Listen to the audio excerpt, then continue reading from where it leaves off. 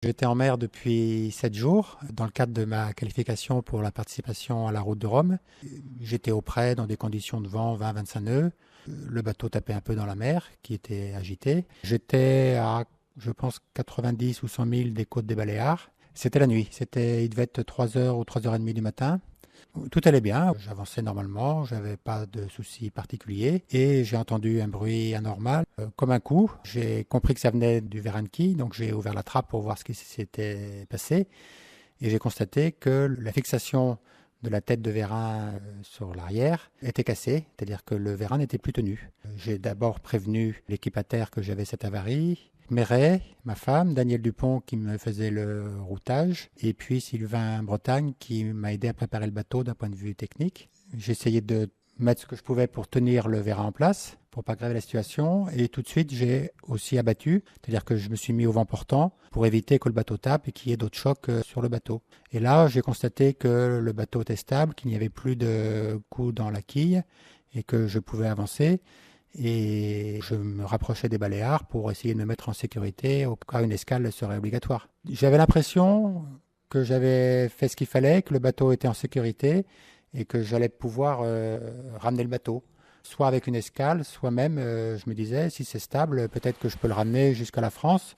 Les conditions météo devaient faiblir, je le savais, donc j'espérais que ce serait assez maniable si j'arrivais à préserver le bateau.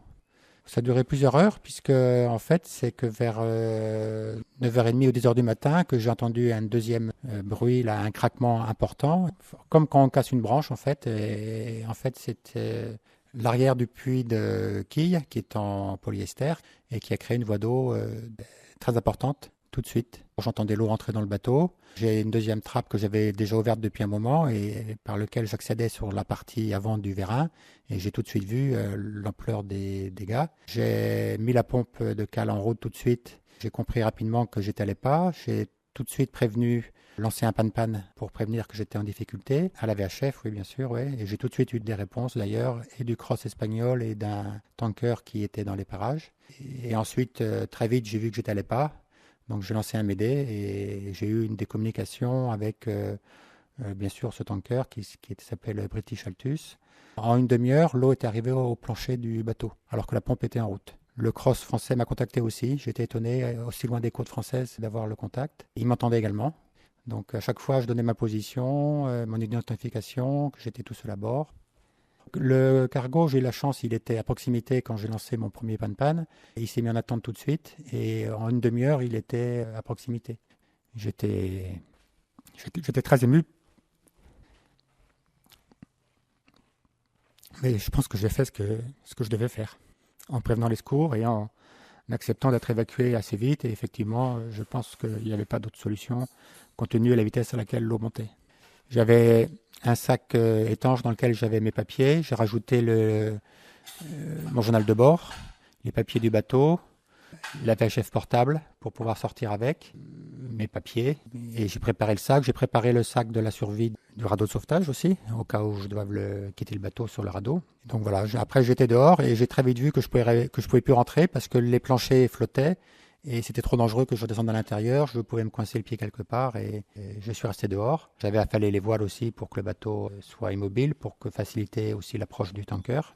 Il m'a dit qu'il allait me lancer un orin pour me récupérer, qu'il faudra que je l'attrape. L'orin est tombé 30 mètres derrière le bateau. Ils m'ont dit de sauter à l'eau et l'attraper. Donc j'ai sauté à l'eau, mon gilet s'est gonflé et j'ai assez facilement pu rattraper l'orin.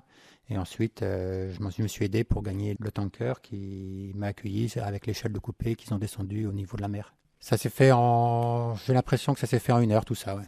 Ça s'est fait assez vite, ouais. Ça va très vite, oui, ça va très vite. Et c'est là où on se rend compte que les entraînements de sécurité sont importants pour pouvoir avoir les bonnes réactions au bon moment et rapidement. Et qu'il faut être préparé.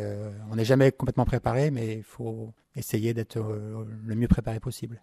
Alors sur le cargo, ils m'ont déjà fait prendre une douche tout de suite. Première chose, ils ont vérifié que j'étais pas blessé, bien sûr. Ils m'ont donné une salopette pour m'habiller, pour que je sois au chaud. Ils m'ont donné à boire et à manger tout de suite aussi. Donc, et après ces étapes, ils m'ont amené à la passerelle et effectivement, là, j'ai vu le bateau. Quand je l'ai vu, il y avait de l'eau à peu près au niveau du pont. C'est-à-dire que le pont était encore juste visible. Je ne l'ai pas vu couler. Ils m'ont dit un peu plus tard qu'il avait coulé. Mais personnellement, je ne l'ai pas vu couler. Ben, je retiens on croit que ça n'arrive qu'aux autres, mais ça peut nous arriver, qu'il faut avoir des équipements de sécurité et l'entraînement qui permet de réagir comme il faut.